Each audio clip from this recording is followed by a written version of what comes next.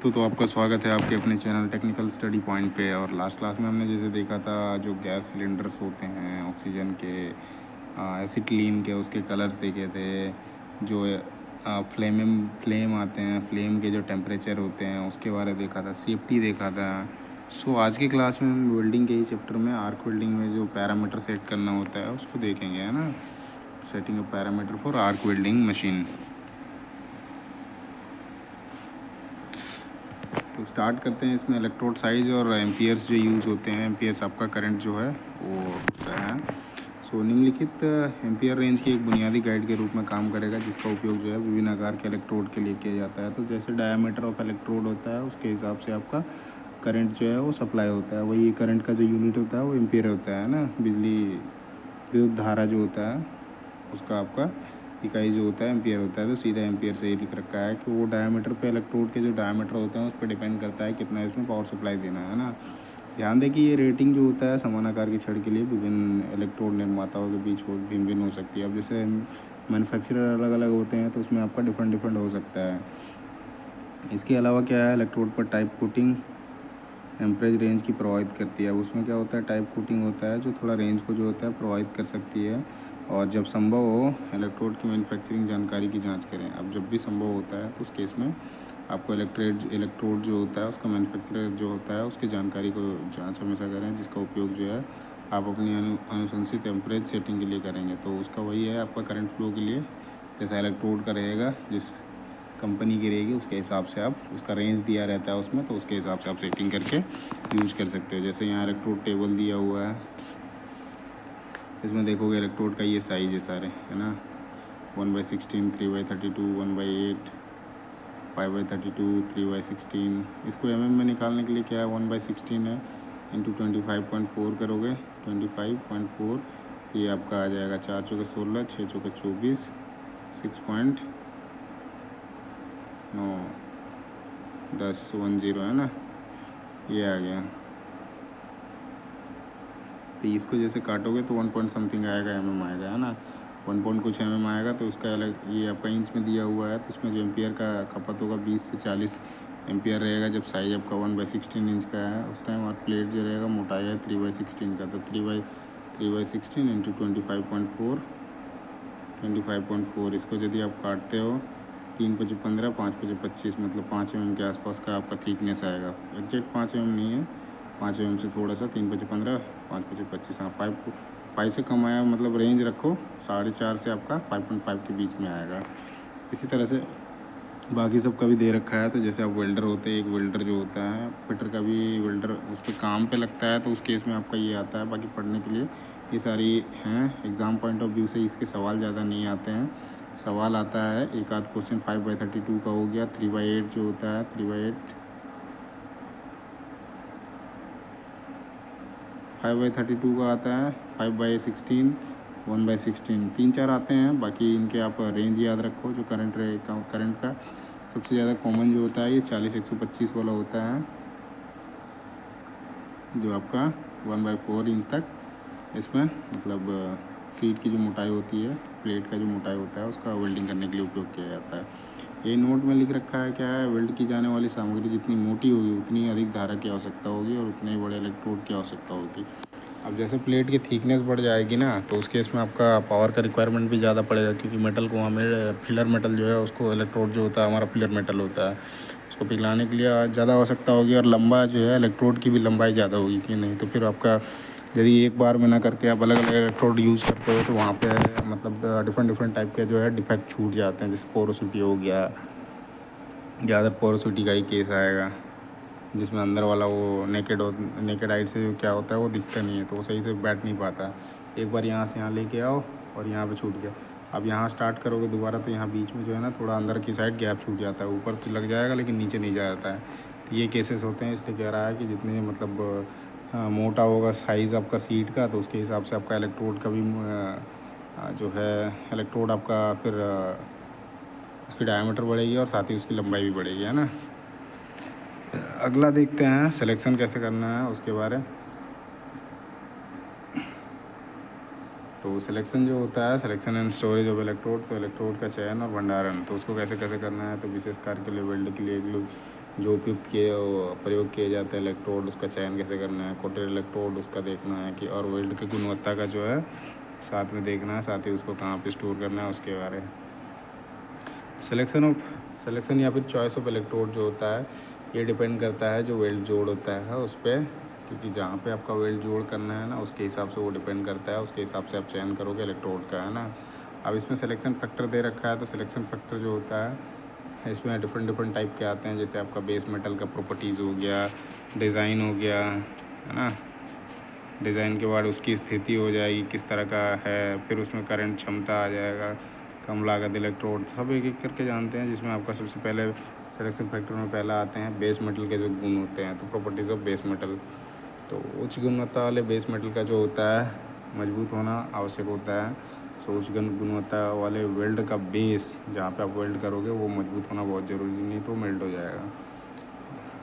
आधार धातु के गुणों के अनुसार अनुशंसित इलेक्ट्रोड का चयन करें, तो जैसे आपका रिक्वायरमेंट होता है मटेरियल के हिसाब से वैसे ही आपका इलेक्ट्रोड का चयन करना है और इस आधार पे काम करना है ना। तो इलेक्ट्रोड का आकार इस पर निर्भर करता है। अब जैसे यहाँ पे देखो, अब स्टील अलग अलग टाइप के है, जैसे माइल्ड स्टील हो गया, मीडियम कार्बन स्टील हो गया, स्टेनलेस स्टील हो गया और कॉपर हो गया। इनमें आपको यदि वेल्डिंग करना है तो उस केस में देखो क्या होता है। बेस मेटल जैसे आपका है ये माइल्ड स्टील का, माइल्ड स्टील में क्या होगा, medium coated rutile MS electrode होगा। तो माइल्ड स्टील के लिए आपका एमएस इलेक्ट्रोड यूज़ होता है, जो आपका रूटाइल होगा, मतलब मीडियम कोटेड रूटाइल होगा। और मीडियम कार्बन स्टील है उसके लिए आपका हेवी कोटेड होगा, लो हाइड्रोजन होगा उसमें, इसमें भी आपका एमएस इलेक्ट्रोड ही लगेगा, एमएस माइल्ड स्टील इलेक्ट्रोड ही लगेगा।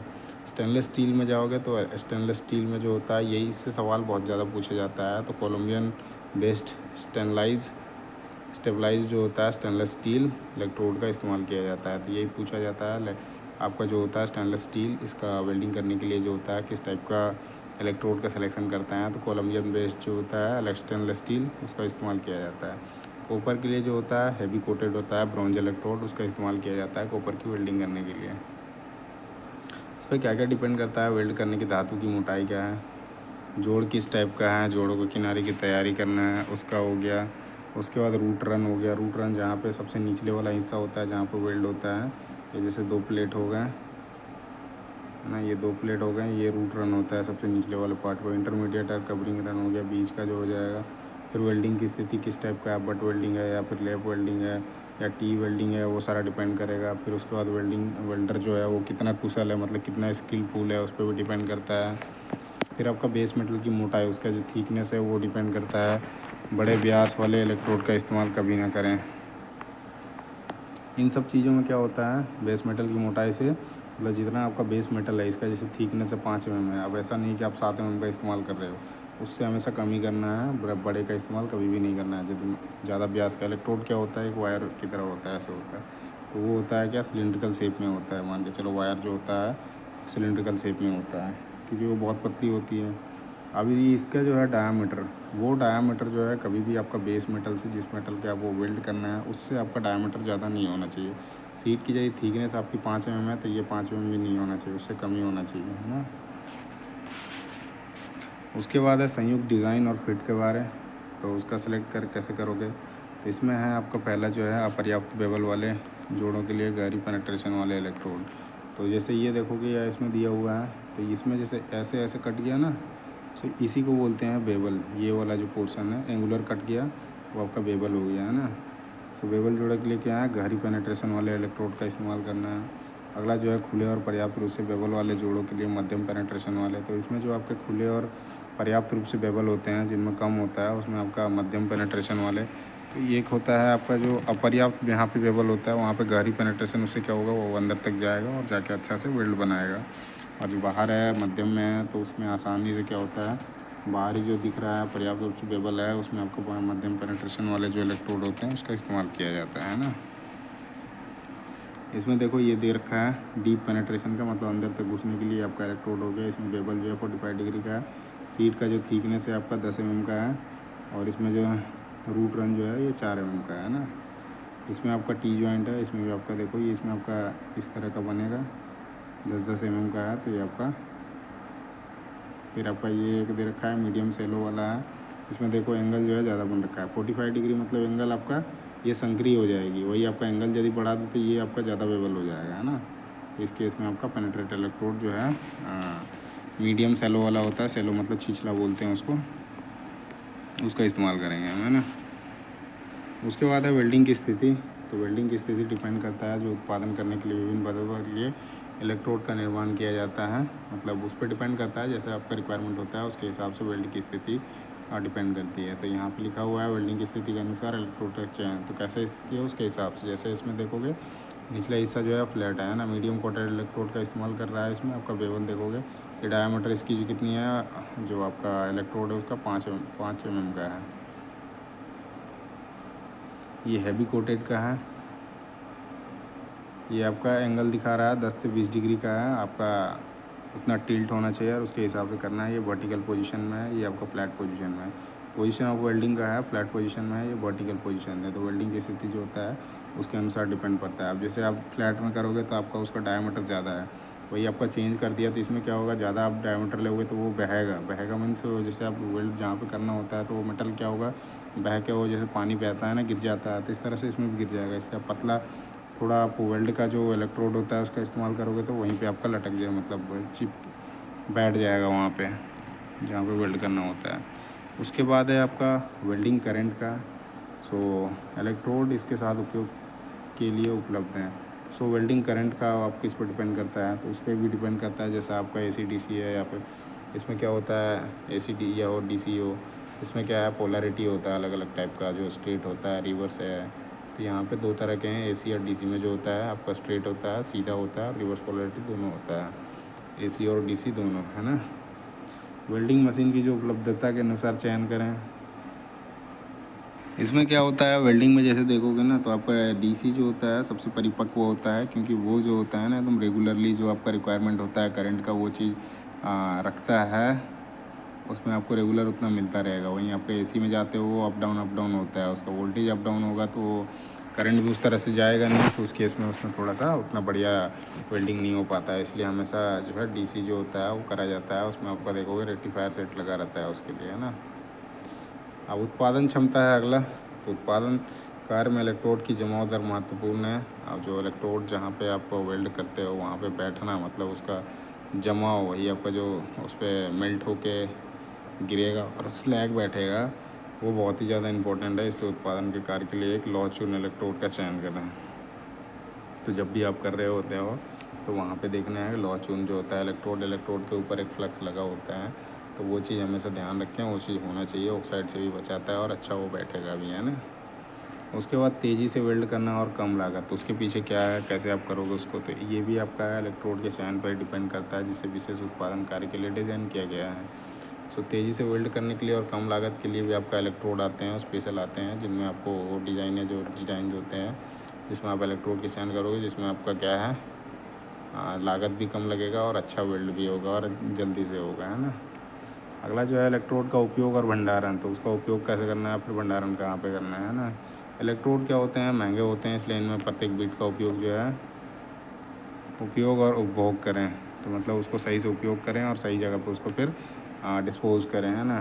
जैसे इसमें 40 से 50 mm से अधिक लंबाई वाले स्टब एंड को, मतलब जो लास्ट में जैसे आप ये इलेक्ट्रोड हो गया, ये लास्ट में यहाँ तक फ्लक्स होता है ना, यहाँ तक हो जाने के बाद ये जो बाद का बचता है ना, ये स्टब एंड को ना छोड़ें। फिगर 4 में दिखाया गया है, तो ये आपका हो जाएगा, ये देखो ये लास्ट का है प्लस थोड़ा सा फ्लक्स भी ले रहा है ना, ये स्टब एंड हो जाएगा, ये जैसे फिगर में दिया हुआ है। तो ये क्या है, वातावरण के संपर्क में अलग से इलेक्ट्रोड कोटिंग नमी उठ सकती है ना, उठा सकती है। सो इसको क्या है, कभी भी 40 से 50 mm जो रह जाता है, इसका ये कोर वायर होता है, ये फ्लक्स होता है, और ये पूरे के पूरे जो बच जाएगा ये आपका स्टब एंड, जहाँ तो मतलब वेल्डिंग करने के बाद जो बच जाता है ना वो आपका स्टब एंड होता है। तो जो फिगर 4 में है, वातावरण के संपर्क में आने से क्या होता है, इलेक्ट्रोड कोटिंग में वो नमी ले सकती है, इसलिए इसको हमेशा एक ऐसे जगह पर स्टोर करें। इलेक्ट्रोड एयर टाइट को एक सूखी जगह पर स्टोर करके रखें। तो ये जो रह गया है इसको ऐसे जगह पर रखना है जहाँ तहाँ फेंक नहीं देना है, क्योंकि ये फ्लक्स है, इसमें स्पार्किंग हो सकती है, या फिर जो है नमी उसमें जनरेट होगा, फिर कभी आग लगता है तो उस केस में फिर दिक्कत हो सकता है ना।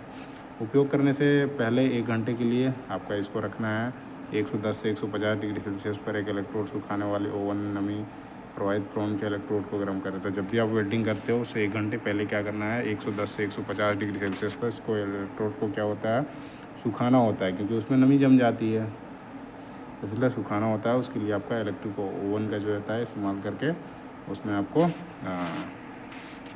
110 से 150 डिग्री सेल्सियस पे सुखाने के लिए इसका इस्तेमाल करते हैं ना, जो इलेक्ट्रोड होते हैं। नमी से प्रभावित इलेक्ट्रोड याद रखें आप, नमी से जो प्रभावित होते हैं उसमें क्या क्या हो सकता है। तो जंग लगे स्टब एंड को, एंड के सिरे हैं। अब इसमें क्या होता है, नमी के कारण क्या होता है, वो लोहा होता है, माइल्ड स्टील का, स्टेनलेस स्टील का, अब किस पर हो डिपेंड करता है। माइल्ड स्टील में करोगे तो माइल्ड स्टील का है, तो उसमें क्या है, जंग आसानी से लग जाता है, हवा के संपर्क में आने से नमी उसमें बैठती है। फिर उसमें क्या है आपका जो है जंग लगेगा तो जो आपका करंट है वो पास सही से नहीं होगा, क्योंकि उसमें ज़रूरी थोड़ी है कि आपका पूरा का पूरा लोहा या फिर पूरा कंडक्टर में उसमें मिक्सिंग आके रेजिस्टेंस आ जाएगा। तो ये हमेशा ध्यान रखना है ना, जंग लगे स्टब एंड के सिरे हैं, मतलब नमी से जो प्रभावित होता है उस चीज़ के बारे में बोल रहा है। आपका कोटिंग के सफ़ेद पाउडर दिखाई देता है, जो कोटिंग किया रहता है फ्लक्स का, उसका आपको सफ़ेद पाउडर दिखाई देता है। उसके बाद झरझरा वेल्ड पैदा करता है। तो जब भी आप वेल्ड करते हो तो उसमें आप झरझरा वेल्ड जो है वो पैदा करता है। आप सही इलेक्ट्रोड चुनने का जो प्रदान करेगा, आप सही आप चुनते हो तो उस केस में क्या हो गया, अच्छा चाप स्थिरता, उसमें आपका जो वेल्डिंग करते हो तो अच्छा से वो मेल्ट होगा, अच्छा वो चलेगा। चिकनी वेल्ड बेड रहेगा, जहाँ पे आपका बेड बैठता है ना वो बेड होता है ना, तो चिकनी वेल्ड बेड बनेगा। तेज़ी से उल्टा देना तो तेज़ी से वो चलेगा। फिर स्पैटर जो होते हैं, स्पैटर बहुत कम आएंगे। उसके बाद उसमें जो है मजबूती जोड़ बनेगा, अधिकतम जो है वेल्ड ताकत आएगा और आसानी से स्लैग हटाने वाला। मतलब जब ये बैठ जाएगा यहाँ पे, जहाँ पे भी वेल्डिंग करते हो तो यहाँ पे जैसे वेल्डिंग हो गया, ये बाद में आपका क्या है, यहाँ से आप स्लैग जो होता है फ्लक्स बैठता है ना उस स्लग की टॉप में, उसमें आप चीपिंग हैमर से आसानी से उसको निकाल सकते हो।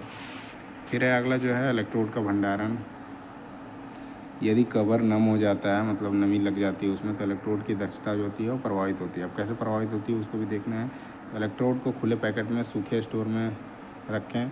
अच्छा, प्रभावित होती है इलेक्ट्रोड, क्षमता तो होता है प्रभावित होता है, इसलिए उस चीज़ को हमेशा अच्छे तरह से भंडारण करके रखना है, मतलब स्टोरेज करके रखना है। तो उसके लिए क्या गया, पहला जो पॉइंट है, इलेक्ट्रोड को खुले पैकेट में सूखे स्टोर में रखें। तो सूखे स्टोर में खुले पैकेट में रखना है, और पैकेज को डक बोर्ड या फुस पर रखें। डक बोर्ड है या उस पर फुस पर है उसको रखें, और सीधे फर्श पर नहीं रखें। सीधे फर्श पर रखने से क्या, फिर उसमें नमी बैठेगी। स्टोर करें ताकि हवा स्टैक के चारों ओर उसके माध्यम से प्रसारित हो सके। तो हवा उसको ऐसे जगह पे स्टोर करना है जहाँ से हवा स्टेकर चारों ओर से उसके माध्यम से प्रसारित हो सके। अगला जो पॉइंट है, पैकेजों को दीवारों या अन्य गीली सतहों के संपर्क में ना आते। कभी भी कोशिश करें कि जो भी जहाँ पे पैक कर रहे हो उसमें दीवार जो लगे हुए हैं उसमें आपका सतहों गीली सतह, मतलब वहाँ पे आपका नमी का मात्रा ना हो, उस चीज़ को हमेशा ध्यान रखें और उसको संपर्क में ना आने दें। अगला पॉइंट जो है, नमी के संघनन को रोकने के लिए स्टोर का तापमान बाहरी छाया लगभग से 50 डिग्री से सेल्सियस से अधिक होना चाहिए। तो जहाँ पे भी आप उसको स्टोर रख रहे हो ना, तो वहाँ से बाहर का टेम्परेचर जैसे 20 डिग्री या 30 डिग्री है, तो हमेशा कोशिश करें जहाँ पे आप उसको रख रहे हैं वहाँ का मेंटेन रखें, उसके लिए 50 डिग्री अधिक होनी चाहिए। तो 80 डिग्री आप मान के चलो।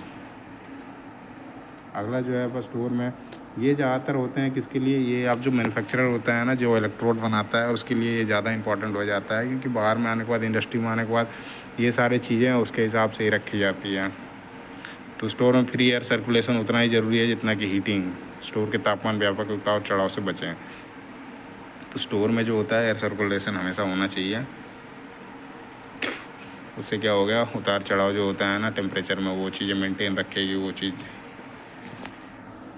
सर्कुलेशन जो होता है ज़रूरी होता है, जिससे आपका हीटिंग हो गया या फिर स्टोर के तापमान का व्यापक जो उतार चढ़ाव होता है उससे बचेगा, है ना। जहाँ इलेक्ट्रोड को आदर्श परिस्थितियों में संग्रहित नहीं किया जा सकता, वहाँ प्रत्येक भंडारण कंटेनर के अंदर नमी अवशोषक सामग्री जैसे सिलिका जेल रखें। अब क्या होता है कि जहाँ पे भी आप उसको स्टोर कर रहे हो, जिस जगह पे भी आप रख रहे हो, तो वहाँ पे साथ में हमेशा जो होता है सिलिका जेल होता है, वाइट कलर का मिलेगा। उसको हमेशा उसमें इस्तेमाल किया जाता है। वो क्या आता है, नमी को सोखता है। अब है सुखाने वाले इलेक्ट्रोड। तो सुखाने वाले जो इलेक्ट्रोड होते हैं, और सुखाने वाले इलेक्ट्रोड जो होते हैं, इसमें क्या होता है, इलेक्ट्रोड कवरिंग में पानी जमा हो, धातु में हाइड्रोजन का एक संभावित स्रोत है, और इसका इस प्रकार का जो है इसका कारण हो सकता है। तो इसमें जैसे सुखाने वाले इलेक्ट्रोड में होता है क्या, कवरिंग होता है या जमा हुआ धातु जैसे हाइड्रोजन हो गया, उसमें एक स्रोत हो सकता है, संभावित मतलब संभावना है तो थोड़ा बहुत हो सकता है। और इसी प्रकार से क्या है, डिफरेंट कारण हो सकते हैं। उसमें क्या होगा, सांद्रता आएगी वेल्ड में जो आएगा, फिर वेल्ड में दरार आएगा। तो दो तरह के उसमें डिफेक्ट आ सकते हैं ना, सांद्रता का आ जाएगा और आपका दरार भी आ सकता है। उसके बाद आपका नमी से प्रभावित इलेक्ट्रोड के संकेत, मतलब नमी से जो प्रभावित होता है तो उसमें इलेक्ट्रोड में क्या क्या दिखेगा, वैसा कुछ है। सो ढकने पर उसमें क्या होगा, सफ़ेद परत आ जाएगा। जैसे उसको ढकते हो तो उसमें सफ़ेद परत आ जाएगा। वेल्डिंग के दौरान जो होता है कवर की सूजन आती है, सूजन मतलब फूल जाएगा वो आपका जो है कवर जो है बैठेगा उस पर। फिर अगला जो है वेल्डर का वेल्डिंग पे के दौरान क्या होता है, कवर का टूटना। सूजन के साथ साथ क्या होता है, टूट भी सकता है और टूटता भी है ना। ये सारे संकेत हैं। जैसे कोई भी आपका इलेक्ट्रोड होता है उसके ऊपर यदि नमी बैठ जाता है तो उस केस में वेल्डिंग करते हो तो ये चीज़ें आपकी आती है। तो उसका जैसे टेम्परेचर था आपका 110 डिग्री से 150 डिग्री से। अगला जो है आपका अत्यधिक छींटे, मतलब छींटे इसमें स्प्लैटिंग, जैसे वो स्पार्किंग आता है ना, तो उस तरह का छींटे ज़्यादा आएंगे। उसके बाद आपका कोर वायर में अत्यधिक जंग लग जाना है हाँ, तो उसमें जंग भी लग जाता है। उसके बाद क्या है, नमी से प्रभावित इलेक्ट्रोड को, जैसे उसको क्या था, टेम्परेचर था आपका 110 से 150 डिग्री सेल्सियस 1 घंटे के लिए नियंत्रित सुखाने। ओवन जो होता है ओवन में रुक कर सुखाया जाता है। तो वही चीज़ें यहाँ पहले भी हमने इसको देखा था। तो वही आपका 110 से 150 डिग्री सेल्सियस का जो भी है टेम्परेचर, उसमें ओवन में लगा के आप उसको 1 घंटे तक करके सुखाया के उसके बाद ही उसको इस्तेमाल करना है। उससे क्या होता है कि जो उसमें हाइड्रोजन नियंत्रित इलेक्ट्रोड को क्या है, हर समय शुष्क गर्म परिस्थितियों में संग्रहित किया जाता है। तो जो भी ये होते हैं उनको शुष्क और हाँ, तो इसमें क्या होता है, जो भी हाइड्रोजन से नियंत्रित इलेक्ट्रोड को क्या होता है, हर समय इसको ड्राई रखना पड़ता है और गर्म परिस्थितियों में ही हमेशा संग्रहित, मतलब स्टोर करके रखना चाहिए। इसमें एक चेतावनी दिया हुआ है कि हाइड्रोजन नियंत्रित इलेक्ट्रोड पर विशेष सुखाने की प्रक्रिया लागू होती है। निर्माता के निर्देशों का पालन करें। तो जो भी निर्माताओं के निर्देश होते हैं, जो मैन्युफैक्चरर होते हैं, उस पर आपका उस पर इलेक्ट्रोड के साथ लिखा हुआ रहता है। तो उन चीज़ों को हमेशा फॉलो करना होता है। आगे देखते हैं हम। तो आगे जो है आपका ये ऑक्सी एसिटिलीन कटिंग इक्विपमेंट, तो कटिंग करते हैं जो आपका कटिंग उपकरण होता है ऑक्सी एसिटिलीन में, जिसमें आपका ऑक्सीजन और एयर का इस्तेमाल किया जाता है। जिसमें आपका ऑक्सीजन मेनली काम करता है हीटिंग, या एसिटिलीन जो होता है मेनली आपका हीटिंग का काम करता है उसको, और जो ऑक्सीजन है उसका प्रेशर जो होता है वो काटने का काम करता है मेटल को।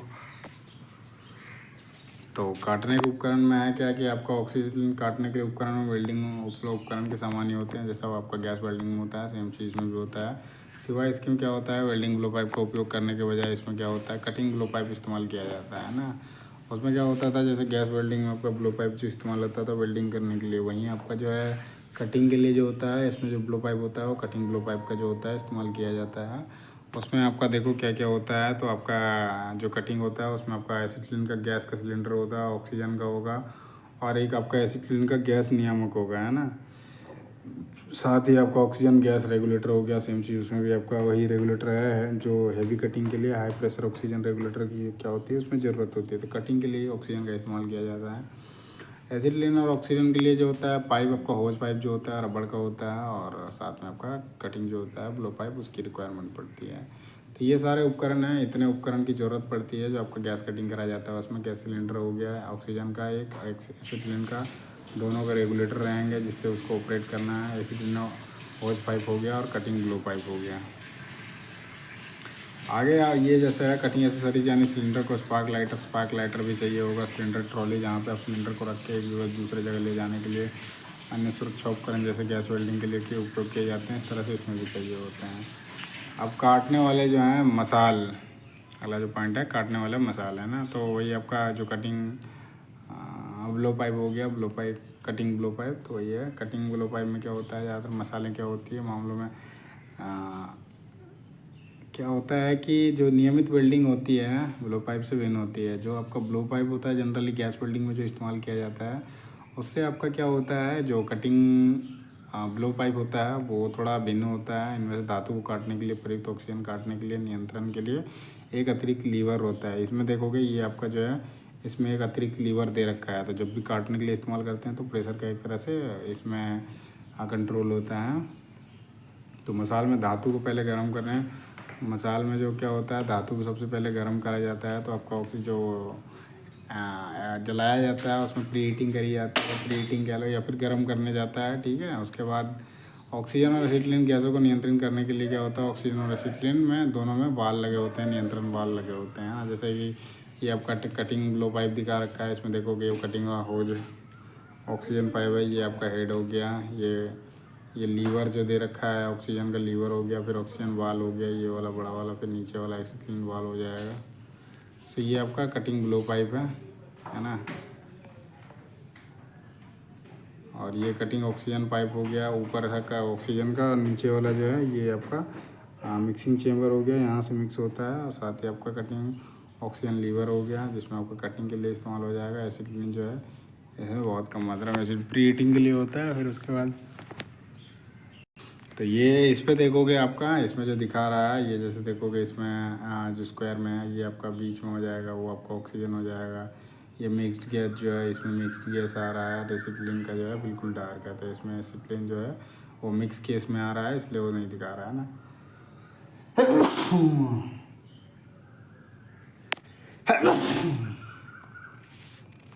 माफ़ कीजिएगा, थोड़ा सर्दी है।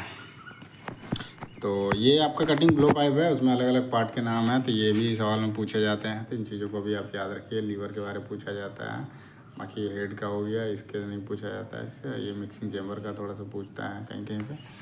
बाकी ये स्प्रिन का वाल हो गया। अगला जैसे काटने की नोक छोटे सिरों के केंद्र में जो होता है वो ओरिफिस के साथ बनाई गई है। तो इसमें देखोगे ओरिफिस यहाँ पे लगा हुआ है, मिक्सिंग चेम्बर जो होता है ना उसके सामने। काटने की जो नोक होती है 5 छोटे छिद्रों, मतलब जो नोजल होता है उसमें 5 छोटे छिद्र होते हैं, और एक जो होता है ओरिफिस के साथ बनाई जाती है।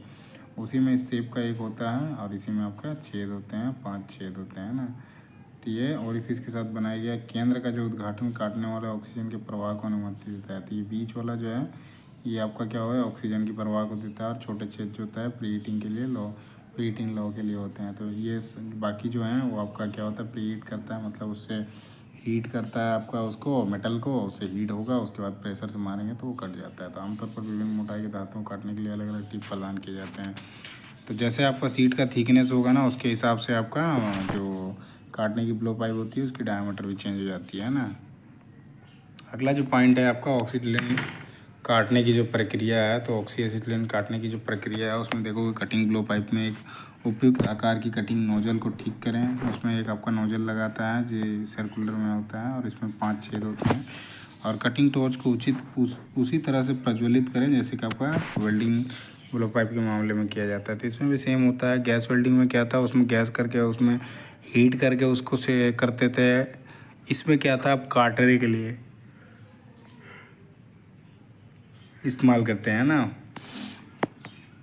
तो कटिंग टॉर्च में उसी तरह प्रज्वलित करना है जैसे गैस वेल्डिंग में करते थे, है ना। और प्री हीटिंग के लिए क्या होता है, न्यूट्रल फ्लेम सेट करना, ये क्वेश्चन पूछा जाता है। तो प्री हीटिंग के लिए जो होता है किस टाइप का फ्लेम का सेटिंग करते हैं, तो आपका जो होता है न्यूट्रल फ्लेम जो है वो सेट किया जाता है ना। कट शुरू करने से पहले क्या होता है, कट करने के लिए कटिंग नोजल के प्लेट को सतह के साथ 90 डिग्री के कोण पर हीटिंग फ्लेम के आंतरिक शंकु को धातु 3 मीटर ऊपर 3 सेंटीमीटर 3 mm जो है ऊपर रखना है। तो मतलब जो आपका कटिंग ब्लो पाइप होगा उसको बिल्कुल 90 डिग्री में करके, मतलब उसके साथ जो है 90 डिग्री बनेगा। और 3 mm जो होता है प्लेट का, यहाँ पे जैसे देखोगे आपका ये रहा, ये जैसे है ना, तो इसको बिल्कुल 90 डिग्री के फेस पे रखना है उसके साथ। और 3 mm की दूरी होनी चाहिए जो आपका मेन सीट भी जहाँ पे काटना है उससे 3 mm की दूरी होनी चाहिए, है ना। काटने वाले ऑक्सीजन लीवर को दबाने से पहले धातु को चमकीले लाल रंग में ही प्रीहीट करें। तो जब तो आपको लीवर दबाने से पहले क्या है, ऑक्सीजन मतलब हाई प्रेशर में छोड़ने से पहले उसको पहले हीट कर लें, और इतना हीट कर लें कि वो लाल हो जाए, जिससे क्या होगा उसमें प्रेशर दोगे तो फिर वो कट जाएगा, है ना। तो पहले धातु क्या है लाल रंग में प्रीहीट करें, उसके बाद क्या करना है, यदि कट सही ढंग से चल रहा है, अब उसमें देखना भी है कि सही चल रहा है, तो उसको प्लेट के नीचे की चिंगारी को बौछार गिरती हुई दिखाई देगी। अब जैसे कट सही चलेगा ना तो वो आपका दूसरा साइड गिर जाएगा। और टॉर्च को पंच लाइन पर, जहाँ पे पंच लाइन होता है वहाँ पे स्थिर रूप से घुमाना है। यदि कट का किनारा बहुत अधिक उखड़ा हुआ प्रतीत होता है, जो कट का किनारा बहुत ज़्यादा उखड़ा हुआ प्रतीत होता है, तो उस केस में क्या होता है, मसाल को भी धीरे धीरे घुमाया जा रहा है। अच्छा, तो मसाल को बहुत धीरे धीरे घुमाया जा रहा है, तो उस केस में क्या होता है, वही आपका उसका एक डिफेक्ट बता दिया, उखड़ा हुआ प्रतीक होता है। तो उस केस में आपको क्या है, धीरे धीरे घुमाया जा रहा है। वेबल कट के लिए कटिंग टॉर्च को वांछित कोण पर पकड़ें, मतलब कटिंग जो वेबल कट लेना है, थोड़ा सा एंगुलर कट लेना है, तो उस केस में थोड़ा सा उसको वांछित कोण पर पकड़ना है और आगे बढ़ें। जैसा कि एक सीधी रेखा में कटौती करने के लिए किया जाता है। तो सीधी रेखा में जैसे काटने के लिए ऐसे आपको मान लो, तो ये आपका आना चाहिए इस पर आपका कटिंग करने के लिए। फिर उसके बाद क्या होता है, कट के अंत में जहाँ पे आपका कट ख़त्म होता है वहाँ पे ऑक्सीजन लीवर को छोड़ देना है, जिससे क्या ऑक्सीजन का प्रेशर बंद हो जाएगा। कटिंग पूरा हो गया तो ऑक्सीजन बर्बाद करने का कोई मतलब नहीं होता है ना। तो इसलिए कटिंग लीवर को ऑक्सीजन जो लीवर होता है उसको बंद कर देना है। उसके बाद क्या है, बंद करने का मीन्स वही आपका छोड़ देने का है। फिर ऑक्सीजन और एसिटिलीन के नियंत्रण वाल्व को बंद करें। बाद में आपका ऑक्सीजन और एसिटिलीन का जो नियंत्रण वाला वाल्व है उसको बंद कर देना है। और कट को साफ करने के लिए निरीक्षण करें। कट को साफ करने के लिए निरीक्षण करें। फिर अगला जो है आगे इसमें है कि कटिंग ब्लो पाइप और वेल्डिंग ब्लो पाइप के बीच अंतर एक कटिंग ब्लो पाइप में प्री हीटिंग फ्लेम को नियंत्रित करने के लिए 2 कंट्रोल वाल्व ऑक्सीजन और एसिटिलीन होते हैं। तो जब आपका कटिंग ब्लो पाइप में देखोगे तो इसमें कटिंग और वेल्डिंग दोनों के बीच में जो अंतर होता है उसमें देखोगे तो प्री हीटिंग फ्लेम के लिए क्या होता है, 2 कंट्रोल वाल्व होते हैं। एक आपका ऑक्सीजन का होता है, एक एसिटिलीन का होता है। और काटने के लिए जो होता है एक अलग से लीवर लगा रहता है आपका ऑक्सीजन के लिए, है ना। ये आपका नियंत्रण करने के लिए लीवर टाइप कंट्रोल वाल्व लगा होता है जो ऑक्सीजन के लिए होता है, जो हाई प्रेशर को कंट्रोल करता है। हीटिंग फ्लेम को नियंत्रित करने के लिए एक वेल्डिंग ब्लो पाइप में 2 नियंत्रण वाल्व होते हैं। सेम चीज़ है आपका हीटिंग आपका कहा जाएगा जैसे, तो इसमें आपके 2 तरह के होते हैं। एक आपका एसिटिलीन का, ऑक्सीजन का। तो यहाँ पे आपका देखोगे ये आपका एसिटिलीन का हो गया और ये आपका ऑक्सीजन का कंट्रोल वाल्व हो गया। तो यही कह रहा है जो 2 हैं, 2 आपका नियंत्रण वाल्व होते हैं ना हीटिंग फ्लेम पे। और नोजल देखो 120 डिग्री का रहता है, इसके बारे में पूछा जाता है। जो कटिंग वाला होता है इसमें भी देखो 90 डिग्री का है। ये चीज़ें बहुत ज़रूरी है। ये वेल्डिंग ब्लो पाइप है। वेल्डिंग ब्लो पाइप में देखो ये 120 डिग्री का होता है, जबकि कटिंग वाले पे 90 डिग्री होता है ना। कटिंग ब्लो पाइप के नोजल में क्या ऑक्सीजन काटने के लिए केंद्र में एक छेद होता है। जैसे ये आपका बना लिया नोजल और ये आपका बीच में, और बाकी 5 टोटल होते हैं। तो ये आपका काटने के लिए होता है, बाकी सारे में गैस जाता है तो प्री हीटिंग के लिए होता है वो, है ना। चारों ओर क्या होता है, सर्कल छेद, चारों ओर कई छेद होते हैं, जिस फिगर 3 में दिखाया गया है। फिगर 3 आ गया है ना। वेल्डिंग ब्लो पाइप के नोजल में दिखा देता हूँ। सो ये आपका फिगर 3 है। यहाँ पे देखोगे ये इसमें दिखा रखा है, टोटल 6 दिखा रखा है ना। बीच वाला जो है आपका ऑक्सीजन के लिए है, कटिंग ऑक्सीजन के लिए, बाकी आपका प्री हीटिंग के लिए है। सारे होल हैं उसमें, गैस और ऑक्सीजन दोनों मिक्स आते हैं। वेल्डिंग ब्लो पाइप के नोजल में हीटिंग फ्लेम के लिए केवल एक छेद होता है। तो वेल्डिंग ब्लो पाइप जो होता है, जो वेल्डिंग के लिए यूज किया जाता है, उसमें देखोगे ना उसमें आपका एक ही छेद होता है। तो ये आपका है, ये वाला वेल्डिंग वाला है, इसमें एक ही छेद होता है, जिससे उसका गैस और वो मिक्स होकर दोनों जाता है ना। केवल एक छेद होता है।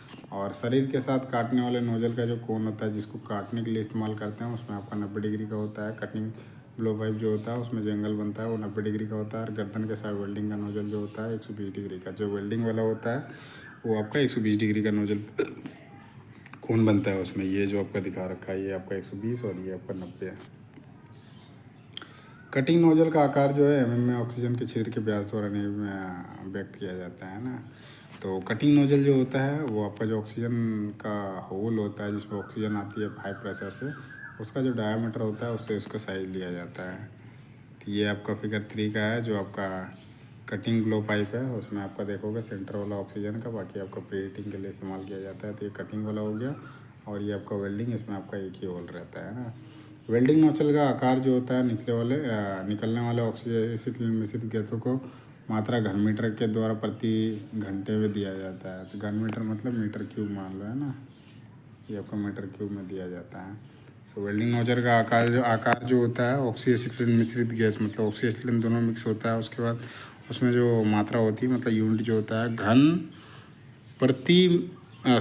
मीटर प्रति घंटे, मतलब मीटर क्यूब पर आवर करके उसमें यूनिट दिया जाता है ना। सो माइल्ड स्टील के लिए माइल्ड स्टील को काटने के लिए ऑपरेटिंग डेटा है। तो ये आपका दिया हुआ है, जिसमें आपका नोजल का आकार है 0.8 mm है। प्लेट की थिकनेस जो है इससे जो हम काट सकते हैं 3 से 6 mm का। फिर आपका ऑक्सीजन का जो प्रेशर रहेगा 1 से लेकर आपका 1.4 तक। इसी तरह से आपका 3.2 है, जो मैक्सिमम दिखा रखा है 3.2 mm तक का मोटाई वाला जो नोजल का जो है आपका, नोजल में आपका जो छिद्र होगा उसका जो डायमीटर है 3.2 तक का। इसका प्लेट का मोटाई जो होगा 250 से 300 mm तक का प्लेट का मोटाई को काटने के लिए इस्तेमाल किया जाता है। इसी में आपका प्रेशर जो होता है 5.5 से लेकर 5.6 kg पर सेंटीमीटर स्क्वायर होता है ना। ये आपका ऑक्सीजन प्रेशर हो गया, ये आपका प्लेट का मोटाई हो गया, और ये आपका जो नोजल लग रहा है उसमें नोजल का जो डायामीटर है, नोजल में जो ऑक्सीजन सप्लाई होगा उसका जो डायामीटर है वो है आपका। अगला जो है इसमें देखभाल और रख रखाव मतलब केयर एंड मेंटेनेंस जो होता है, ये देखो इसमें दिखा रहा है ये 90 डिग्री के साथ जहाँ पे भी आपको काटना है तो उस चीज़ का कटिंग ऑक्सीजन होल हो गया, बाकी प्री हीटिंग का हो गया, और ये 90 डिग्री का ब्लो पाइप, ये ब्लो पाइप जो है कटिंग ब्लो पाइप, उसका नोजल का एंगल दिखा रहा है। देखभाल और रख रखाव में क्या होता है, उच्च दबाव काटने वाले ऑक्सीजन लीवर को केवल गैस काटने के लिए गैस काटने के उद्देश्य से संचालित किया जाता है। तो जब भी हम मतलब मेटल कटिंग करते हैं तो यही है गैस कटिंग होता है, जो मेटल को काटने के लिए गैस का इस्तेमाल करते हैं। तो उसमें लीवर का जो इस्तेमाल होता है ऑक्सीजन लीवर का, वो तभी इस्तेमाल किया जाता है जब आपको गैस कटिंग करनी होती है, उस टाइम पे इस्तेमाल किया जाता है, अदरवाइज उसका इस्तेमाल नहीं है ना। गलत धागे मतलब आपका थ्रेड का बात कर रहा है ना। गलत धागे से बचने के लिए टॉर्च के साथ नोजल को फिट करते समय सावधानी बरतनी चाहिए। तो मतलब दूसरे थ्रेड हो जाते हैं तो उसको हमेशा जब भी फिट करते हो तो उस समय सावधानी बरतनी चाहिए, उस चीज़ का ध्यान रखना चाहिए कि दूसरा थ्रेड वाला ना लग रहा हो, है ना। नोजल को ठंडा करने के लिए प्रत्येक कटिंग ऑपरेशन के बाद टॉर्च को पानी में डुबाएं। जब भी आपका कटिंग हो जाता है उसके बाद उसको पानी में डुबाना है, जिससे वो ठंडा हो जाएगा, क्योंकि वो जो होता है कॉपर का होता है ना, जो नोजल होता है वो कॉपर का होता है आपका। नोजल के क्षेत्र में किसी भी धातुमल के कण या गंदगी को हटाने के लिए आकार के नोजल में क्लीनर पाइप की, जैसे इसमें फिगर 5 में दिया हुआ है, तो ये आपका देखोगे ये आपका जो है टिप क्लीनर है, उसका इस्तेमाल करके होल को साफ कर रहा है ना। तो नोजल को किसी भी धातुमल के कण या गंदगी से हटाने के लिए क्या होता है, नोजल क्लीनर है या टिप क्लीनर बोलते हैं। नोजल क्लीनर कह लो, टिप नोजल क्लीनर, जैसे फिगर 5 में दिया हुआ है, फिगर 5 में, ये आपका फिगर 5 है, इसमें आपको कैसे यूज़ करना है ना। यदि नोजल टिप क्षतिग्रस्त हो जाता है, जो नोजल का टिप है वो क्षतिग्रस्त हो जाता है, तो इसमें नुकीला बनाने के लिए एमरी पेपर का इस्तेमाल करना है। इसको फिर वो एमरी पेपर का इस्तेमाल करके आपका नुकीला करके फिर नोजल अक्ष के साथ 90 डिग्री का कोण होना चाहिए। तो यही चीज़ दिखा रहा है इसमें, ये वाला जो दिखा रहा है आपका फिगर 5 में, ये चीज़ क्या है कि धातुओं के साथ गंदगी हटाने के लिए, और साथ ही आपको यदि क्षतिग्रस्त हो जाता है उसका इसमें, उसको 90 डिग्री पर रख के उसमें आपका एमरी पेपर लगा के फिर बाद में आपका टिप क्लीनर की सहायता से या नोजल क्लीनर की सहायता से उसको फिर क्लीन करोगे। अगला पॉइंट जो है इसी में आपका टॉर्च कटिंग की विधि, पुर्जे विधि विवरण हो गया, पुर्जे कार्य और उसके उपयोग कैसे हैं। तो method of handling cutting torch, कैसे आपको मेथड हैंडल करना है कटिंग टॉर्च का, उसका मेथड देखेंगे, डिस्क्रिप्शन देखेंगे, उसकी व्याख्या पार्ट्स का, और साथ ही उसके फंक्शन और उसके यूजेस देखेंगे, है ना। तो गैस कटिंग का सबसे पहले परिचय देखते हैं। तो गैस कटिंग का जो परिचय है, तो माइल्ड स्टील को क्या है काटने का सबसे सामान्य तरीका होता है। जो भी माइल्ड स्टील होता है उसको काटने के लिए सबसे सामान्य तरीका तो जो होता है वो आपको होता है ऑक्सी एसिटिलीन कटिंग प्रक्रिया, ठीक है। तो सिंपल है, ऑक्सी एसिटिलीन गैस का ही इस्तेमाल किया जाता है जो आपको माइल्ड स्टील को काटने के लिए, वो सबसे सामान्य तरीका है। ऑक्सी एसिटिलीन काटने वाली टॉर्च के साथ कटिंग मतलब ऑक्सीकरण हो गया को एक संकीर्ण पट्टी तक सीमित किया जा सकता है। तो उसको एक संकीर्ण पट्टी तक जो होता है उसे सीमित किया जा सकता है, और आसपास की धातु पर गर्मी का थोड़ा प्रभाव पड़ता है ना। तो आसपास जो होता है जहाँ पे आप काट रहे होते हैं उससे थोड़ा सा अगल बगल जो होता है उसमें क्या होता है, गर्मी का थोड़ा प्रभाव पड़ता है ना। और कट जो होता है, लकड़ी के तख्त पर आरी कट जैसा दिखता है। आप जैसे उस पर काटते हो ना, जहाँ पे भी आपका काटना है मेटल का, तो उसमें जो दिखता है आप जैसे लकड़ी में काटते हो ना, आरी कट जैसे काटने के बाद हो जाता है, या लकड़ी जो काटने वाली जो आरी होती है उसमें कैसे दांते बने होते हैं, तो उस टाइप का आपका कट आ जाता है जब आप मेटल को काटते हो तब। तो लौह धातुओं यानी माइल्ड स्टील जो होता है उसको काटने के लिए एक विधि का सफलतापूर्वक उपयोग किया जा सकता है। तो एक विधि है जिसका आपका सफलतापूर्वक उपयोग किया जा सकता है माइल्ड स्टील को काटने के लिए, है ना। इसमें अलौह धातुओं और उनके मिश्र धातुओं की इस प्रक्रिया से नहीं काटा जा सकता है। तो मतलब अलौह धातुओं और उनके मिश्र धातुओं की इस प्रक्रिया से नहीं काटा जा सकता है। जिस तरह से हम माइल्ड स्टील को काट रहे हैं तो उस तरह से आपका अलौह धातु मतलब जिसमें लोहा का मात्रा नहीं होता है या फिर मिश्र धातुओं को नहीं काटा जा सकता है ना। अगला जो आपका गैस कटिंग का सिद्धांत है, तो गैस कटिंग जो कैसे कैसे काटते हैं उसका सिद्धांत को देखते हैं। तो जब एक लौह धातु को लाल गर्म स्थिति में गर्म किया जाता है, जैसे कि पहले बताया था कि किसी भी काटने को पहले उससे क्या होता है, लाल करना होता है। लाल में अब वो तैयार हो चुका होता है कि उसको आप काटने के लिए ऑक्सीजन आप सप्लाई कर सकते हो। तो यही चीज़ इसने कहा कि जब आपको क्या लौह धातु को लाल गर्म स्थिति में गर्म किया जाता है, फिर क्या होता है उसमें शुद्ध ऑक्सीजन के संपर्क में आता है, तो गर्म धातु के बीच में एक रासायनिक प्रक्रिया होती है और इसे क्या बोलते हैं, ऑक्सीकरण प्रतिक्रिया के कारण बड़ी मात्रा में जो होता है गर्मी उत्पन्न होती है ना। तो इसीलिए और काटने की क्रिया होती है। तो यही चीज़ कह रहा है, वो लाल हो जाएगा ना, उसके बाद उसमें आप जब अप्लाई करोगे ऑक्सीजन का प्रेशर के साथ अप्लाई करोगे तो वो क्या होता है, ऑक्सीकरण की प्रतिक्रिया के कारण क्या होता है, उसमें बहुत ज़्यादा मात्रा में गर्मी उत्पन्न होता है और काटने की जो क्रिया होती है उसमें काटने की क्रिया फिर होती है उसके बाद, है ना। जब लाल गर्म सिरे वाले तार का एक टुकड़ा शुद्ध ऑक्सीजन के कंटेनर में रखा जाता है, मतलब लाल गर्म सिरे वाला जो टुकड़ा है जिसे आप काट दिए हो, उसको यदि आप शुद्ध ऑक्सीजन के कंटेनर में रख दो तो ये तुरंत आग में फट जाता है। तो ये देखोगे तुरंत तुरंत जो होता है ना, यदि आप ऐसे रख लेते हो कंटेनर में निकाल के, तो आग में तुरंत से तुरंत फट जाता है और पूरी तरह से भस्म हो जाता है। तो पूरी तरह से भस्म हो जाता है जैसा कि फिगर 1 में दिया हुआ है। तो ये देखोगे, ये आपका फिगर 1 में है, यहाँ पे दे दिया, अंदर डाल दिया, तो ये पूरा ऑक्सीडेशन हो गया, साथ ही ये भस्म हो गया, है ना। इसी तरह ऑक्सीएसिटिलीन काटने में लाल गर्म धातु और शुद्ध ऑक्सीजन के जो संयोजन से तेज़ी से दहन होती है और आयरन ऑक्साइड ऑक्सीकरण में बदल जाता है। तो ये चीज़ दिखाया हुआ है इसमें, है ना। तो इस तरह से क्या होता है, ऑक्सीएसिटिलीन जो होता है काटने में लाल गर्म धातु, मतलब ऑक्सीएसिटिलीन जो होता है क्या होता है, ऑक्सीजन काटने के लिए हम इस्तेमाल करते हैं तो गर्म धातु को जो होता है पहले लाल करते हैं, से प्री हीटिंग करते हैं तो वो हीट होता है, जैसे जैसे होता जाएगा उसके बाद जैसे पानी होती है ना गर्म होकर भाप बनता है, तो उसी तरह से मेटल क्या होता है, मेल्ट होता है। तो मेल्ट होने से पहले हम उसमें ऑक्सीजन का प्रेशर अप्लाई कर देते हैं, उससे क्या होता है गैस का भी बचत हो जाता है, ऑक्सीजन क्या हमारे एटमोसफेयर में मिल जाता है, वो कंप्रेस्ड करी जाती है तो वो सस्ती भी होती है ना। वही चीज़ यदि आप गैस इस्तेमाल करते हो तो उसमें ज़्यादा कॉस्ट का भी वो आता है, इसलिए इस्तेमाल करते हैं हम गैस कटिंग के लिए आपका ऑक्सीजन का। या किसी भी जगह पे देखो एप्लीकेशन में ज़्यादातर इस्तेमाल जो होते हैं आपके वो ऑक्सीजन जो होते हैं, तो ये चीज़ें होती है। लोग कॉस्ट जो होता है मतलब कि क्या बोलोगे उसके, क्रय जो है क्रय को घटा देता है ना। क्रय मूल्य, विक्रय मूल्य ऐसे पढ़ते होगे ना, तो क्रय मूल्य जो होता है उसको घटा देता है, लो कॉस्ट कर देता है और हाई एफिशिएंट कर देता है।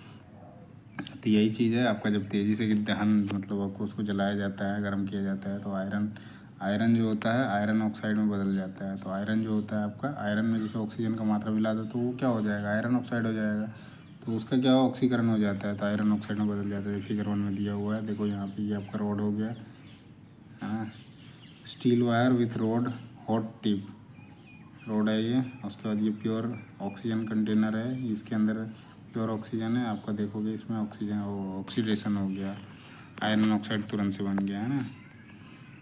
उसके बाद क्या है आपका, ऑक्सीकरण की सतत प्रक्रिया से धातु को बहुत तेज़ी से काटा जा सकता है। तो ये जो प्रक्रिया अप्लाई करते हैं इससे क्या होता है, बहुत तेज़ी से हम काट सकते हैं जो भी मेटल होता है उसको, और इसीलिए इसका इस्तेमाल किया जाता है ना। आयरन ऑक्साइड का जो वजन होता है बेस मेटल से कम होता है। जो आयरन ऑक्साइड होगा वो आपका जो बेस मेटल, जिस मेटल को आप काट रहे हो, और जो आयरन ऑक्साइड होगा उसमें जो ऑक्सीजन की मात्रा मिल जाती है, उसका वेट जो होता है, वो वजन जो होता है वो कम होता है। साथ ही आपका आयरन ऑक्साइड पिघली अवस्था में होता है। जो आयरन ऑक्साइड होगा वो आपका पिघली हुई अवस्था में मिलेगा, और जिसे स्लैग कहा जाता है ना, जिसको क्या बोलते हैं, स्लैग कहते हैं। तो काटने वाली टॉर्च से आने वाली ऑक्सीजन जेट धातु से पिघले हुए धातुमल को कर्फ नामक अंतराल बनाकर उड़ा देगी। तो जो स्लैग कहा जाता है, उसके बाद क्या है, काटने वाली टॉर्च से, मतलब जिससे हम काट रहे होते हैं उससे जो टॉर्च से क्या है ऑक्सीजन जेट आती है, ऑक्सीजन जेट से धातु पिघले हुए धातुमल को कर्फ, मतलब जब हम काट रहे होते हैं तो उसमें जो आता है ना धातुमल, मतलब पिघले हुए धातु, तो उसको क्या बोलते हैं, कर्फ बोलते हैं, कैर्प बोलते हैं। तो कैर्प नामक अंतराल बनाकर उड़ा देगा। तो कर्फ नामक वो फिगर 2 में दिया हुआ है। तो ये जैसे देखोगे फिगर 2 का, ये देखो ये आपका फिगर 2 है ना, इसमें देखोगे इससे हम काट रहे हैं, फिर उसके बाद ये दूसरे साइड का वो उड़ा दे रहा है ना, आयरन ऑक्साइड का है।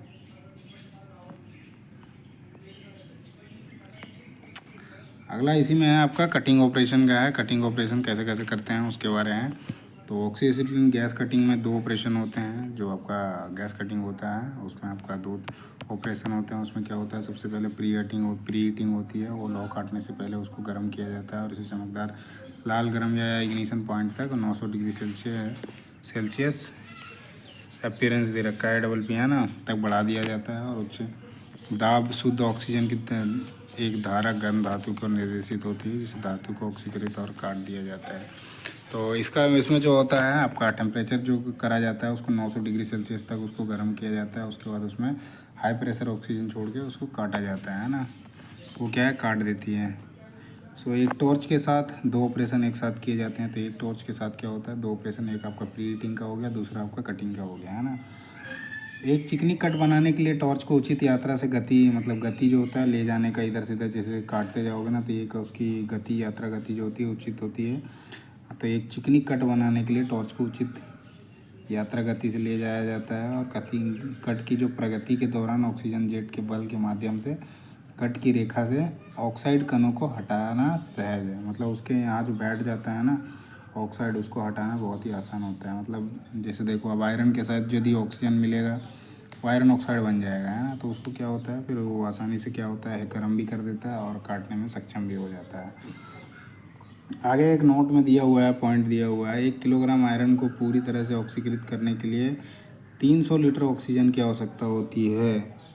गैस कटिंग के लिए स्टील का ज्वलन तापमान 875 से 900 डिग्री सेल्सियस होता है।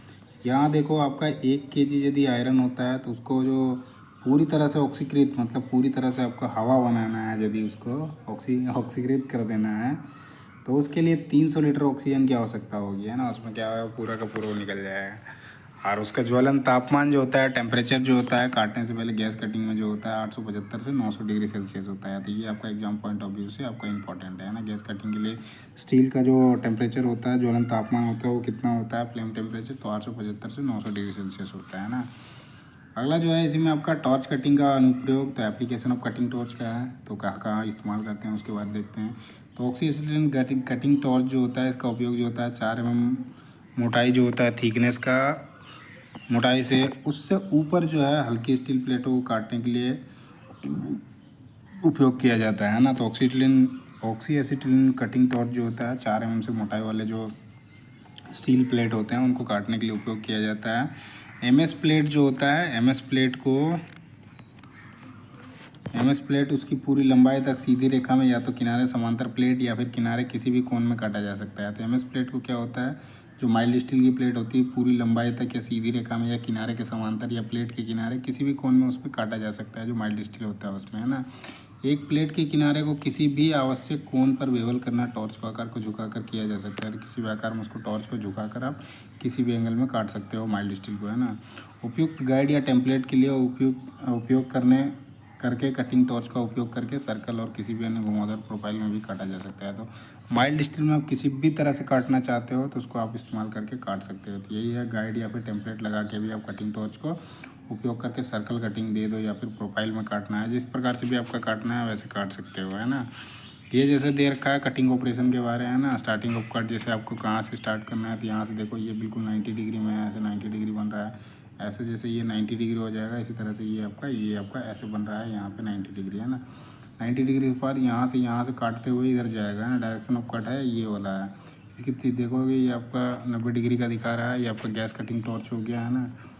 ये आपका ऑक्सीजन का जो लीवर है, high pressure cutting oxygen lever हो गया, और जहाँ पे काट रहा है यहाँ पे प्रेशर दिखा रहा है।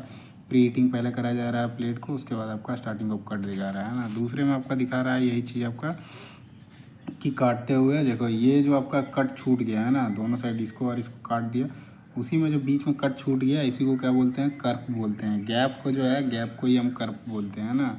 और जो एक्स्ट्रा निकल रहा होता है दूसरे साइड से, इसको बोलते हैं मोल्टन स्लैग। मतलब जब हम काटते हैं तो उसमें से एक्स्ट्रा जो मेल्ट होकर बाहर निकल रहा है ना उसको हम मोल्टन स्लैग। वेल्डिंग में जैसे क्या बोलते हैं, जो फिलर मेटल बैठता है और उसके ऊपर जो एक्स्ट्रा बैठता है ना वो स्लैग होता है। सेम चीज़ इसमें है उल्टा, इसमें जो कट होके जो निकल रहा है वो आपका स्लैग हो जाएगा। इसमें दिखा रहा है कि कट इन प्रोग्रेस, मतलब यहाँ काम जो है कटने का काम चल रहा है। फिगर 3 में दिया हुआ है, फिगर 3 से 7 में उन गाइडों को दिखाया गया है जिनका उपयोग जो होता है सीधी रेखाओं और बेवल छोटे वृत्तों काटने के लिए उपयोग किया जाता है। तो ये जो सारे हैं ये फिगर नंबर 3 में देखोगे ये गैस कटिंग में क्या है, डिफरेंट है, प्रोफाइल में या फिर सर्कल में या हाफ सर्कल में या दूसरे किसी टाइप का कट काटने के लिए जो होता है, इसमें आपका नोजल देखोगे ये वाला जो है यहाँ पे नोजल फिट किया रहता है और यहाँ से इसको रोटेट किया जाता है तो ये सर्कुलर काट देगा। इसमें देखोगे तो इसमें भी आपको ऐसे काटने के लिए इस्तेमाल किया जाता है। यहाँ पे नोजल लगेगा, फिर उसके बाद उधर से प्रेशर आएगा, उस एक साइड इधर से एक इधर से इस्तेमाल करके फिर उसमें काटने का काम किया जाएगा, है ना। जैसे वही चीज़ें रेखाओं में, सीधी रेखाओं में हो गया, बेवल में हो गया, छोटे वृत्तों में हो गया, ऐसे करके काटने के लिए उपयोग किया जाता है। तो फिगर से 7 मतलब आपका यहाँ से 3 नंबर से लेकर 7 नंबर तक फिगर में वही सारे डॉक्यूमेंट दिखे हुए हैं। यहाँ पे देखो सी क्लैम्प के द्वारा इसमें क्लैम्प कर रखा है और यहाँ पे स्ट्रेट काट रहा है ना, इसमें लगा दिया, इसमें पहला वाला जो है ये जो है ये वाला का यूज कर दिया और स्ट्रेट कटिंग कर रहा है ना। ये देखो ये लगा दिया इधर और इसके ऊपर नोजल को बैठा दिया और यहाँ पे बस पीछे करते जाओ, है ना। ये आपका काटता जाएगा, तो ये जैसे काटता काटता जा रहा है। दूसरे में देखो ये आपका इधर से सी चैनल लग गया, एल। ये आपका थोड़ा एंगुलर काटना है तो उसके लिए इस्तेमाल कर रखा है 30 डिग्री में इधर सपोर्ट दे रखा है। ये आपका चैनल है, चैनल का इस्तेमाल करके इसको सपोर्ट दे रखा है। फिर ये आपका एंगुलर कट हो जाएगा, इसमें बेवल कट हो जाएगा या एंगुलर कट लो। ये सर्कुलर कट लगाने के लिए देखो इसमें आपका दिखा रहा है, ये यहाँ पे एक होल्डर लगा दिया, यहाँ से बांध लिया, फिर इसको बाद इसको घुमाते रहेगा ऐसे। तो स्मॉल, ये सवाल में पूछे जाते हैं स्मॉल सर्कल कटिंग हो गया, तो ये सारे फ़ोटो देके ना, फ़ोटो देके सिर्फ पूछ देते हैं ये कौन से टाइप का है। इसमें जैसे लिख रखा है cutting with straight edge and single support, तो ये आपका ये फ़ोटो दिया रहेगा और उसमें पूछेगा कि ये क्या है ना। ये वेल्डर के लिए, फिटर के लिए, दोनों के लिए बहुत ही इंपॉर्टेंट है। ये आपका दिखा रहा है, ये आपका क्या कर रहा है, स्मॉल सर्कल कटिंग। ये फिगर देके बहुत सारे सवाल ये निमी के क्वेश्चन बैंक में भी है। उसके बाद ये आपका बेवल कटिंग हो गया, थोड़ा सा एंगुलर काटेगा इसमें, है ना। एंगुलर कहने का मतलब जैसे ये आपका प्लेट हो गया, तो ये जो कट आएगा थोड़ा सा टेढ़ा आएगा, मतलब 30 डिग्री 40 डिग्री या 60 डिग्री। ये आपका जैसे 60 डिग्री काट रहा है ना, तो ये थोड़ा बेवल काट रहा है। तो ये चीज़ लिख रखा है, blow pipe studied and cutting angle maintain by using 2 suitable straight bars. तो यहाँ पे 2 सुटेबल स्ट्रेट बार्स लगा रखा है, एक इधर है एक इधर है, दोनों को लगा के फिर इसमें काटा जा रहा है ना। उसके बाद है टॉर्च गाइडिंग। हाँ, गाइडिंग टॉर्च गाइड हो गया, टॉर्च गाइड काटना है। तो टॉर्च को गाइड के साथ कैसे काटना है, तो यही पहले तो ये गाइड तो कर ही रहे हैं। अब इसमें और एक चीज़ दिखा रखा है, तो इसमें क्या है, ऑक्सीजन काटने के दौरान कभी भी गाइड का उपयोग किया जाता है, हाँ, कभी कभी गाइड का उपयोग किया जाता है। तो कभी कभी ऐसे ज़रूरत पड़ता है जहाँ पर रिक्वायरमेंट है स्पेशल, जहाँ पे अब जैसे स्मॉल आर्क वाले कटेंगे, जैसे यहाँ पे देखो स्ट्रेट काट रहे हैं तो इसमें आपका ज़रूरत पड़ रहा है गाइड करने के लिए। यहाँ बेवल काट रहे हैं तो यहाँ पे आपको ज़रूरत पड़ेगा। बाकी जनरल यदि आप सीधा सीधा काटते हो, जहाँ पे वैसे रिक्वायरमेंट उतना फिनिशिंग का नहीं होता है, तो वहाँ पे ऐसे ही काट देते हैं। बाकी आपका जहाँ पे क्वालिटी के साथ होता है वहाँ पे आपका ये चीज़ें फॉलो करी जाती है, तो वहाँ पे हमेशा आपका कटिंग टॉर्च के साथ गाइड लगा रहेगा, है ना। वही या तो रोलर गाइड हो गया, डबल सपोर्ट हो गया, या सिंगल सपोर्ट के साथ पैड गाइड हो सकते हैं। तो मतलब आपका किसी भी तरह से हो सकते हैं, जिसमें आपका इसमें देखो ये आपका बेवल काट रहा है तो इसके लिए चैनल इस्तेमाल किया है ना। इसी तरह से ये आपका देखोगे, इसमें देखोगे सिंगल डबल सपोर्ट है ना। ये देखो टो सुटेबल स्टेयर बार लगा रखा है, सिंगल सपोर्ट हो सकता है, डबल सपोर्ट हो सकता है, रोलर गाइड हो सकते हैं। इसी में कटिंग गाइड को क्लैम्प बोल्ट को कर सकते हैं, कर टॉर्चिंग नोजल पर रखा जाता है। अब इसमें क्या, नोजल को यहाँ पे जैसे फिट करा जाता है ना, तो उसमें आपको फिट करके उसमें टॉर्च में नोजल पर रखा जाता है और उसको बोल्ट के साथ क्लैम्प कर दिया जाता है ना। क्लैम्प जहाँ उन्हें फिट किया जाता है, जो क्लैम्प होता है उसको जहाँ पे फिट किया जाता है वहाँ पे उसको क्या होता है, समायोजित मतलब अच्छे तरीके से फिट किया जाता है, ताकि प्रीहिट लपटों के आंतरिक शंकु काटे जाने वाले धातु की सतह से लगभग 2-3 mm ऊपर हो। मतलब जहाँ पे भी आपको काटना है ना, उससे क्या फिटिंग करते हो ना, तो उसके इसमें नट बोल्ट के द्वारा क्लैंप को फिट किया जाता है। उसमें क्या होगा, आपका जो भी नोजल का जहाँ तक आपका जाएगा ना, जहाँ पे आपका बेस मेटल को काटना है, तो उससे आपका मिनिमम 2 से 3 mm, ऐसे हमने देखा था कि 4 mm का दूरी रखा जाता है, तो 2 से 3 mm तक ये मेनटेन रखेगा, है ना। वहीं वेल्डिंग में जो होता है 2 से 3 mm उसमें भी लगभग होता है, ऊपर होता है ना। इसमें 2 से 3 mm उसमें क्या होता है, प्री हीटिंग पहले करेगा, फिर उसके बाद आपका गैस का प्रेशर लगा के उसमें आप काट दोगे, है ना, ऑक्सीजन का जो प्रेशर लगा के। सो कटिंग नोजल की नोक को काटे जा रहा है प्लेट की सतह से। हाँ, अब ये चीज़ देखो, यही चीज़ हो गया ना 5 से 6 mm, तो हमने 4 mm का देखा था। सो इसमें क्या है, धातु की सतह जो होता है प्री हीट की लपटों के लिए उसमें शंकु काटे जाने वाले धातु की सतह से क्या होता है, जहाँ पे आपको प्री हीटिंग करके शंकु काटे करनी है, उसमें आपका 2 से 3 mm ऊपर होना चाहिए। और कटिंग नोजल को नोक को काटे जा रहे प्लेट की सतह से लगभग आपका 5 से 6 mm की दूरी पर रखा जाता है। ये चीज़ें पॉइंट आउट करना है, ये चीज़ें आप नोट कर सकते हो। बाकी सवाल से ये पूछे जाते हैं। अगला जो है आपका ड्रिलिंग से, है ना। तो वेल्डिंग का चैप्टर यहीं पे हुआ एंड, है ना। सो इसमें कुछ ऐसे भी डाउट होते हैं तो आपको कमेंट ज़रूर कीजिएगा, जिससे चीज़ों को और मैं आपको कमेंट में रिप्लाई कर दूंगा, है ना। अगला जो चैप्टर हमारा होगा वो ड्रिलिंग से होगा, तो इस चैप्टर यहीं पे एंड होता है।